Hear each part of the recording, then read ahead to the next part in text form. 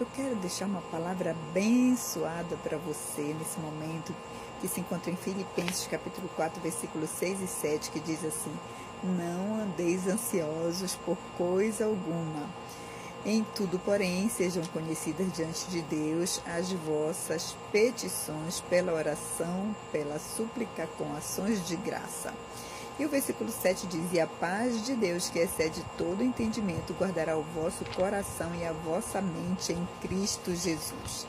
Queridos, veja que Paulo ele faz aqui uma recomendação aos crentes de Filipos.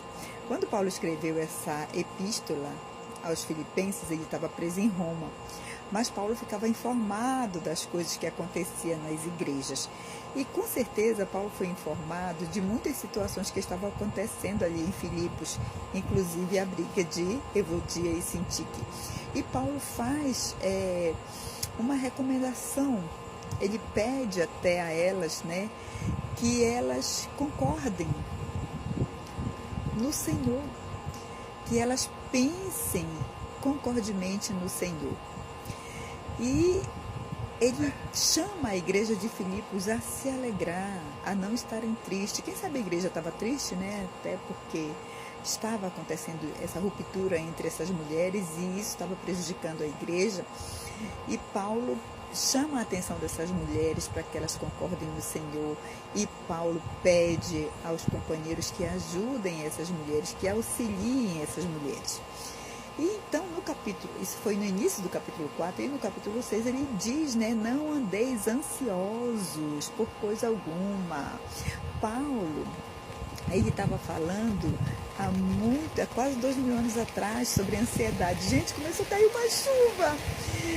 E aí ele começou a falar sobre ansiedade. Vou ter que mudar de lugar, gente, um minuto. Então, eu estava ali, na área da piscina. E aí começou a cair uma chuvinha e eu tive que correr. E no início do capítulo 4, como eu estava falando, Paulo estava falando sobre a alegria, para que os irmãos se alegrassem, porque também o intuito de Paulo com essa carta era falar sobre a alegria, sobre a humildade e sobre a unidade.